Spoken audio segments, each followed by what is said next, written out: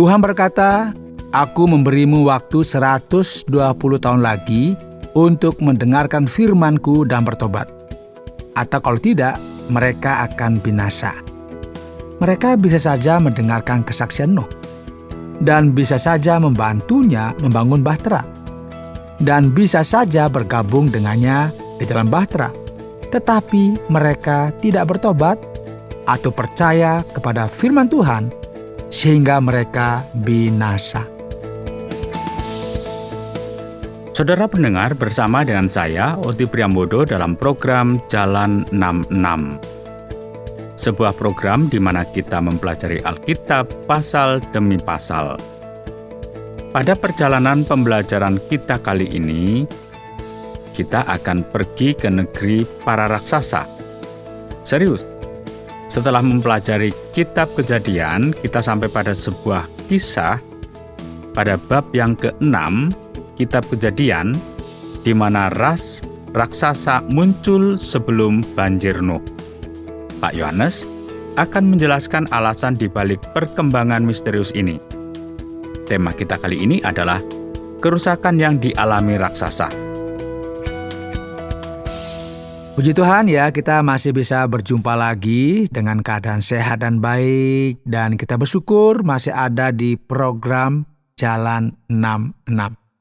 Saudara, kita sudah mulai dari awal Alkitab, dan sekarang kita sampai di Kejadian pasal yang ke-6, di mana kita menemukan beberapa hal tentang dunia sebelum banjir besar datang pada zaman Nuh. Seperti yang telah kita lihat di pasal-pasal sebelumnya, kita mengamati, kita memperhatikan bahwa terjadi kemunduran dalam kehidupan manusia setelah Adam berdosa di Taman Eden. Adam nggak menyadari bahwa ia memberi iblis akses ke dalam umat manusia. Tapi ya sudah terjadi. Kita telah membaca tentang jarak yang semakin jauh antara manusia dengan Tuhan. Terutama kalau kita perhatikan garis keturunan Kain. Ia memberontak terhadap segala sesuatu yang Tuhan coba ajarkan kepadanya, dan mulai membangun seluruh peradaban berdasarkan tema pemberontakan terhadap Tuhan. Dan keadaannya semakin memburuk ketika kita sampai di pasal 6. Mari kita bersama-sama mempersiapkan Alkitab kita, baik cetakan maupun elektronik. Mari kita perhatikan Kejadian pasal yang ke-6. Kita mulai ayat yang pertama. Ketika manusia itu mulai bertambah banyak jumlahnya di muka bumi, dan bagi mereka lahir anak-anak perempuan, maka anak-anak Allah melihat bahwa anak-anak perempuan manusia itu cantik-cantik. Lalu mereka mengambil istri dari anak perempuan-perempuan itu, siapa saja yang disukai mereka. Ini kita perhatikan ya, siapakah yang disebut anak-anak Allah yang kita baca tadi? Ini beberapa orang mengira atau berpikiran bahwa mereka adalah malaikat yang jatuh. Namun mereka tidak sesuai dengan deskripsi malaikat ya. Karena Yesus berkata, kalau kita perhatikan Matius 22 dan juga Markus 12, bahwa malaikat tidak menikah atau melahirkan, begitu ya, bereproduksi. Jadi diskusi ini membawa kita ke arah yang berbeda. Dan kita akan membahasnya dalam beberapa menit dalam sesi ketika kita sampai di tanya jawab. Jadi kita akan simak terus pembahasannya ya, jangan kemana-mana. Nah, soal urusan seksual, anak-anak Allah mengambil anak-anak perempuan manusia sebanyak yang mereka mau. Ingat bahwa bigami telah dipraktekkan oleh Kain yang memiliki 2 istri. Dan sekarang selama periode pra-air bah ini, tampaknya terjadi epidemi cinta bebas yang lebih merupakan kerusakan pernikahan sebagaimana yang diinginkan oleh Allah. Mari kita sambung lagi di ayat yang ketiga. Berfirmanlah Tuhan, rohku tidak akan selama-lamanya tinggal di dalam manusia. Manusia itu adalah daging, tetapi umurnya akan 120 tahun saja. Tuhan memberi umat manusia 120 tahun untuk bertobat dan kembali kepada kehidupan yang benar sebelum Tuhan menjatuhkan penghakimannya atas muka bumi. itu mungkin terasa lama, tetapi waktu pada akhirnya habis bagi mereka. Dan Tuhan mungkin memberi kita waktu untuk merenungkan hidup kita dan kita mencarinya. Tetapi waktu juga akan habis bagi kita. Ayat 4. Pada waktu itu orang-orang raksasa ada di bumi. Dan juga pada waktu sesudahnya ketika anak-anak Allah menghampiri anak-anak perempuan manusia. Dan perempuan-perempuan itu melahirkan anak bagi mereka. Inilah orang-orang yang gagah perkasa di zaman purbakala. Orang-orang kenamaan. Ya, sekarang kita punya beberapa pertanyaan. Siapakah para Nefilim ini? Jelas mereka adalah ras raksasa dan manusia perkasa yang lahir dalam ras manusia. Masyarakat kuno kita tahu memiliki kisah-kisah tentang raksasa. Seperti misalnya Hercules. Dan di Alkitab kita lihat juga ada Goliat yang dikalahkan Daud. Yang tingginya 9 kaki. Ini tidak tahu seberapa kalau kita ukur ya.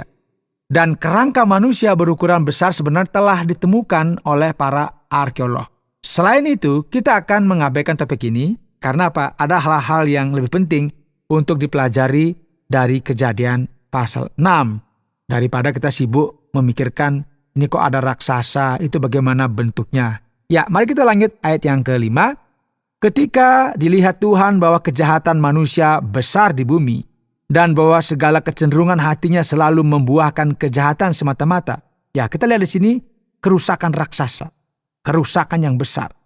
Manusia bukan berdosa karena ia berdosa. Ia berdosa karena ia berdosa secara alami. Dan tidak peduli seberapa besar atau kecil orang tersebut. Ayat 6. Maka menyesallah Tuhan bahwa ia telah menjadikan manusia di bumi.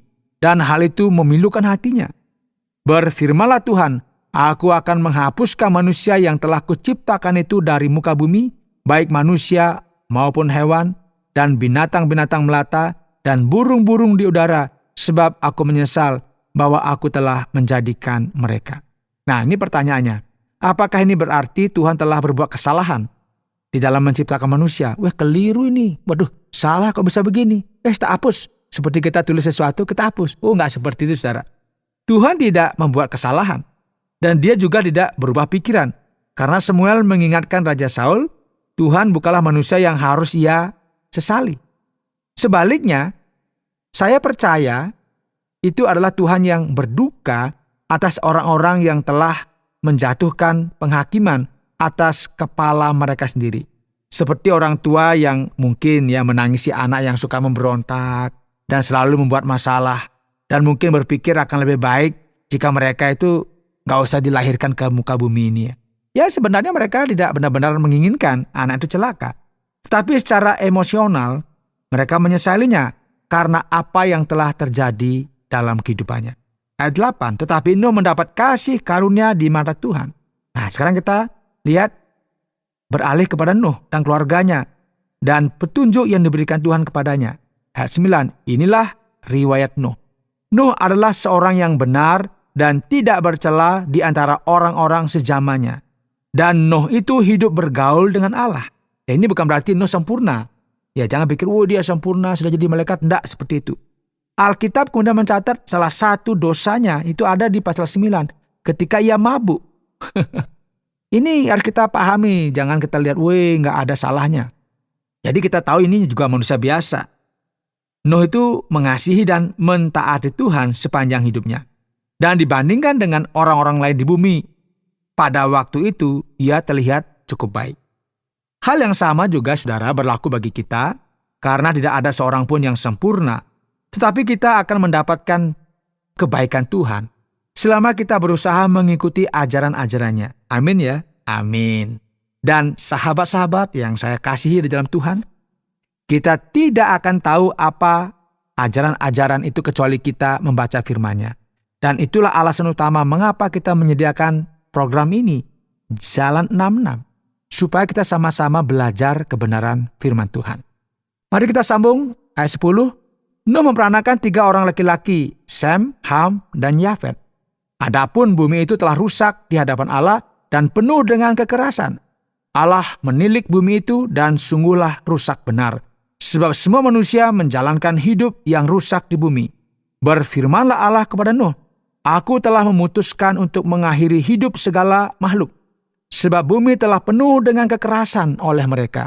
Jadi aku akan memusnahkan mereka bersama-sama dengan bumi. Buatlah bagimu sebuah bahtera dari kayu gofir. Bahtera itu harus kau buat berpetak-petak, dan harus kau tutup dengan pakal dari luar dan dari dalam. Ya, kita nggak tahu apa itu kayu gofir ya. Mungkin sudah tidak ada lagi, tetapi pastilah kayunya seperti cemara yang kuat, tahan lama, atau mungkin seperti jati, kita nggak tahu. Nggak bisa lapuk begitu. Ada kayu besi, seperti di Kalimantan itu kan, kena air nggak apa-apa. Mungkin seperti itu. Bahtera itu harus kau buat berpetak-petak. Harus kau tutup dengan pakal dari luar dan dalam. Beginilah engkau harus membuat bahtera itu 300 hasta panjangnya, 50 hasta lebarnya, dan 30 hasta tingginya. Buatlah atap pada bahtera itu dan selesaikan bahtera itu sampai sehasta dari atas, dan pasanglah pintunya pada lambungnya. Buatlah bahtera itu bertingkat bawah, tengah, dan atas. Ya, ini bukan perahu nelayan kecil ya. Orang bilang getek itu yang kecil itu. Langsung ada kayak apa kiri kanan itu, enggak seperti itu ya. Ini adalah mega proyek. Ada replika bahtera seukuran asli di masa kini di negara bagian Kentucky di Amerika yang dibangun sesuai dengan ukuran yang diberikan di sini ya. Panjangnya sama dengan 1,5 lapangan sepak bola Amerika dan tingginya setara dengan gedung. Wow. Bahtera Nuh sebenarnya 6 kali lebih panjang daripada lebarnya.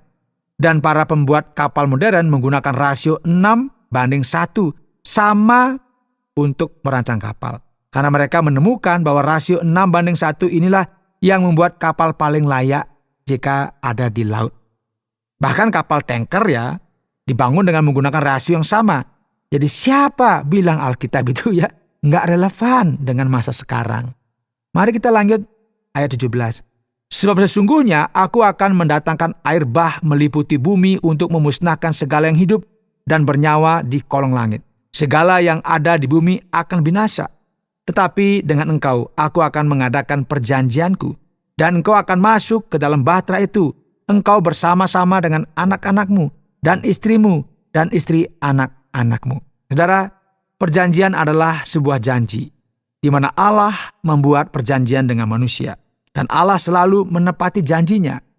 Hal ini seharusnya ya membuat kita damai begitu ya.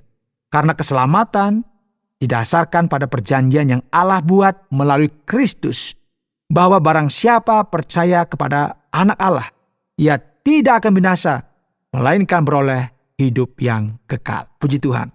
Mari sambung ayat yang ke-19. Dan dari segala yang hidup, dari segala makhluk, dari semuanya, haruslah engkau bawa satu pasang ke dalam bahtera itu, supaya terpelihara hidupnya bersama-sama dengan engkau. Jantan dan betina harus kubawa. Dari segala jenis burung, dan dari segala jenis hewan, dari segala jenis binatang melata di muka bumi, dari semuanya itu harus datang satu pasang kepadamu, supaya terpelihara hidupnya. Dan engkau bawalah bagimu segala apa yang dapat dimakan. Kumpulkanlah itu padamu untuk menjadi makanan bagimu dan bagi mereka. Lalu Nuh melakukan semuanya itu tepat seperti yang diperintahkan Allah kepadanya. Demikian dilakukannya. Wow. Dia langsung kerja, saudara. Begitu dapat pengarahan, detil-detil diberikan, dia langsung kerja. Ini bayangkan ya.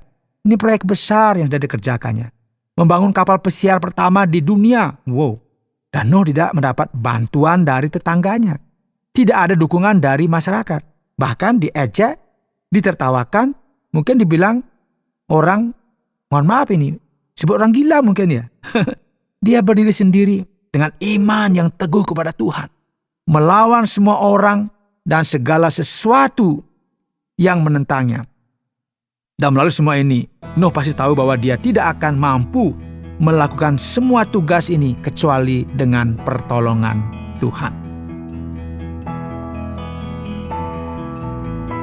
Anda sedang mendengarkan Jalan 66 dalam rangkaian pembahasan Kitab Kejadian pasal yang ke-6 dengan tema kerusakan yang dialami raksasa.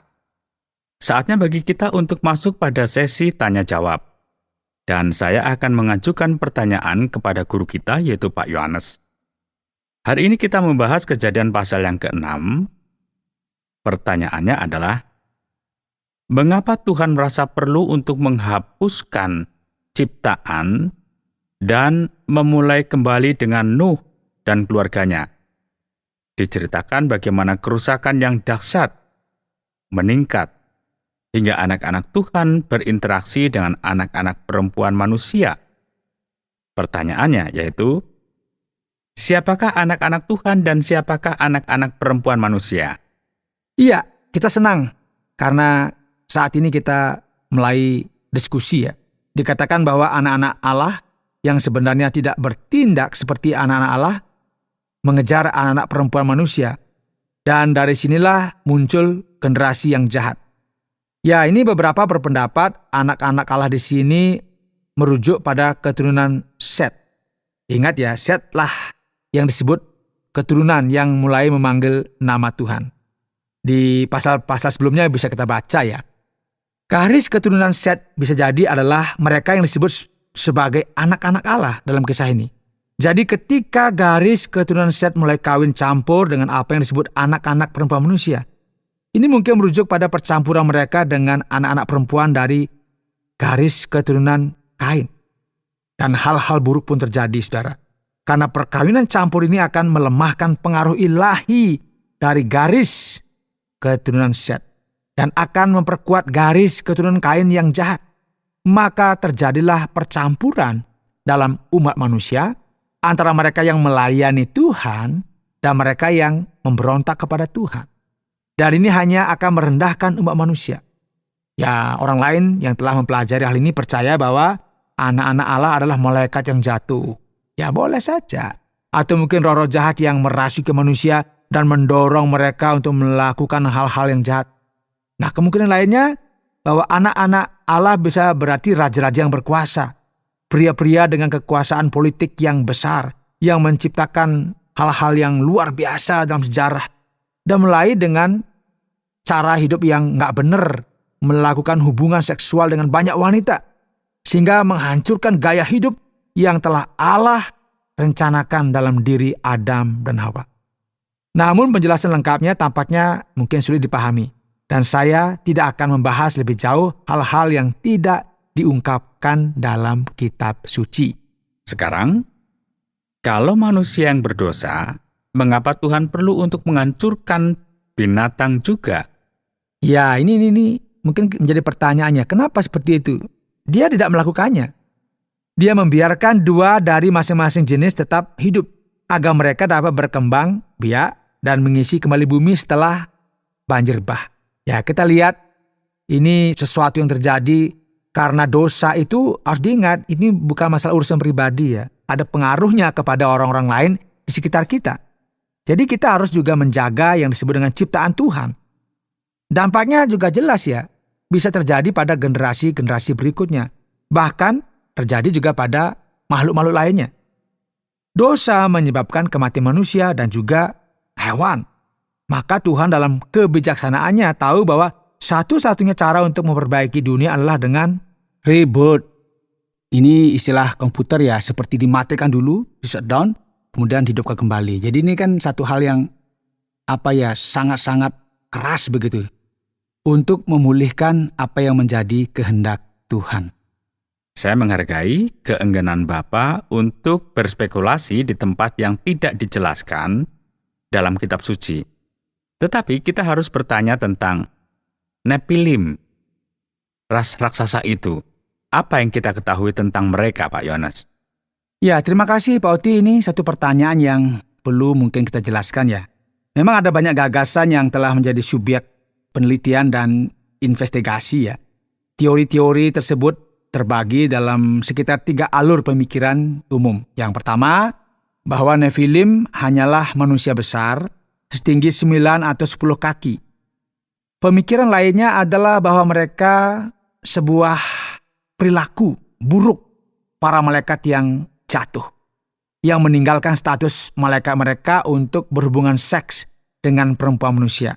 Ya, ini bisa disinggung di dalam catatan Yudas ayat 6, mengatakan dan malaikat-malaikat yang tidak tetap pada kedudukan mereka, tetapi meninggalkan tempat kediaman mereka, dibelenggunya dengan rantai abadi di dalam dunia kekelaman sampai penghakiman pada hari besar.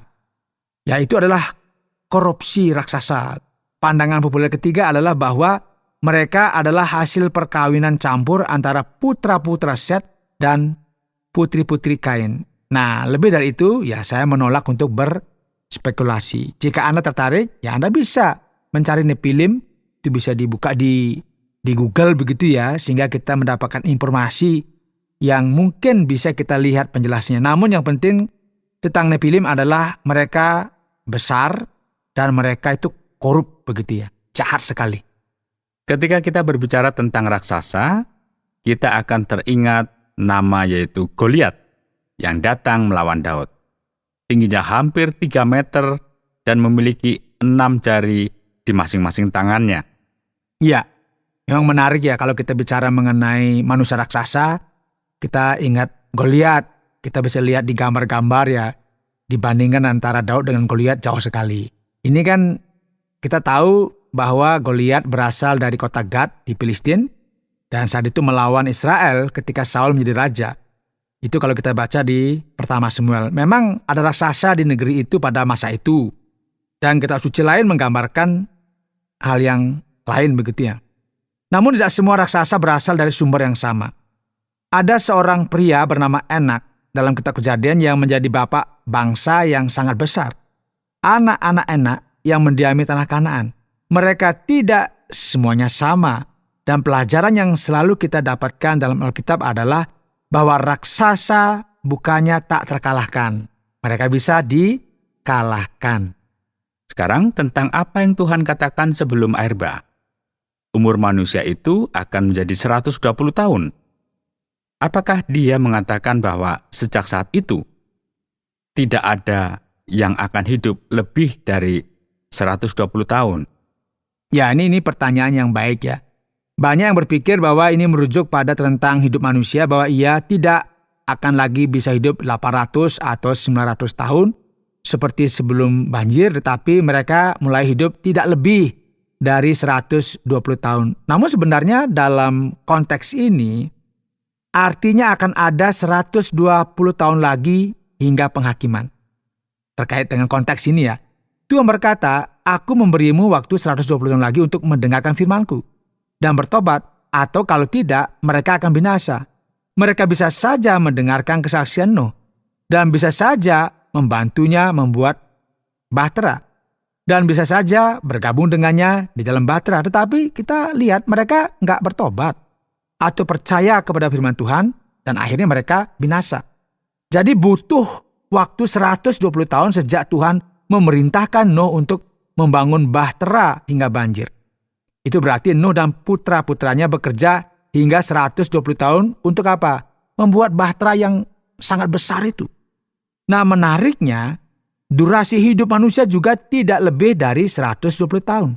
Bahkan rata-rata harapan hidup di Amerika sekarang ya, sekitar 78 tahun menurut Pusat Pengendalian dan Pencegahan Penyakit.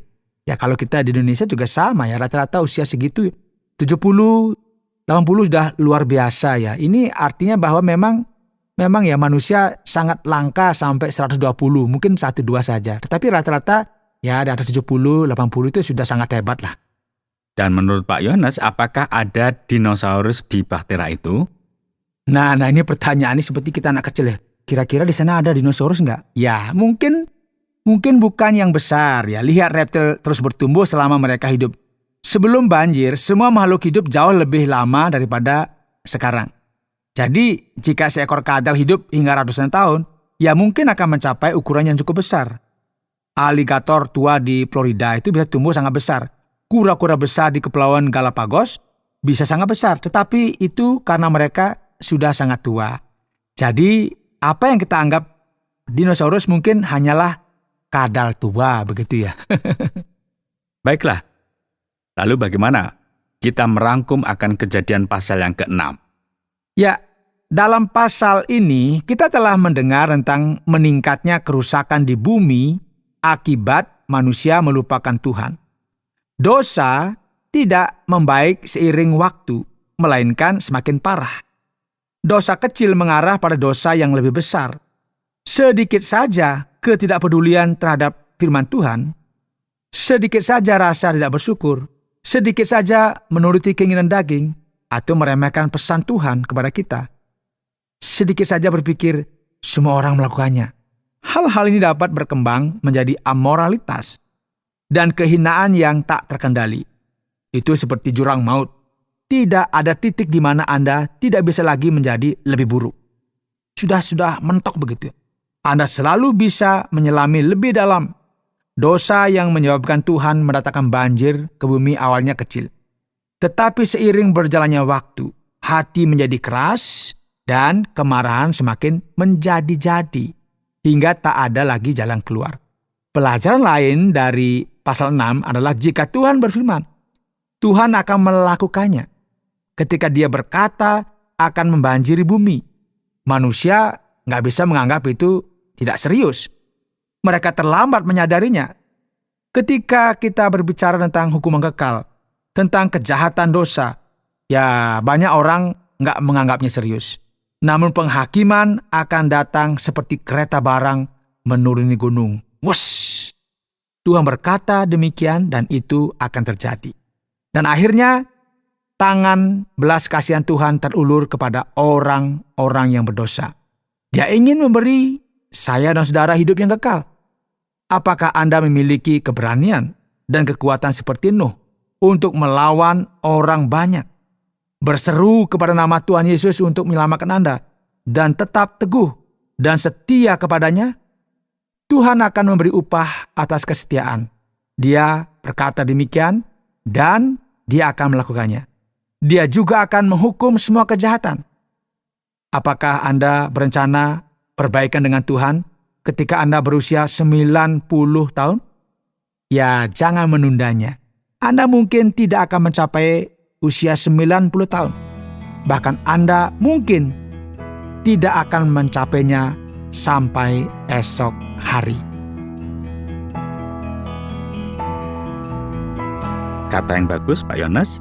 Dan untuk Anda pendengar, kami berterima kasih atas kebersamaan Anda dan tetap mengundang Anda untuk kembali lagi pada episode yang berikut dalam lanjutan pembelajaran Alkitab yang memberikan pelajaran menyeluruh tentang firman Tuhan.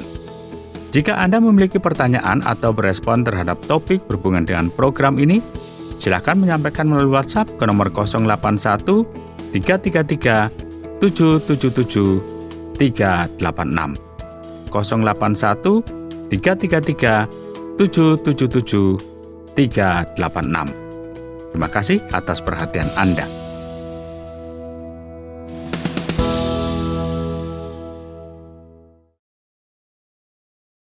Terima kasih Anda sudah mengikuti program kami. Jika Anda diberkati, jangan lupa like, komen, dan share supaya Anda tidak ketinggalan setiap program terbaru kami. Jangan lupa juga untuk subscribe channelnya dan nyalakan loncengnya. Jika Anda ingin mendukung pelayanan kami, bisa melalui rekening kami berikut ini atau menghubungi kami di sini.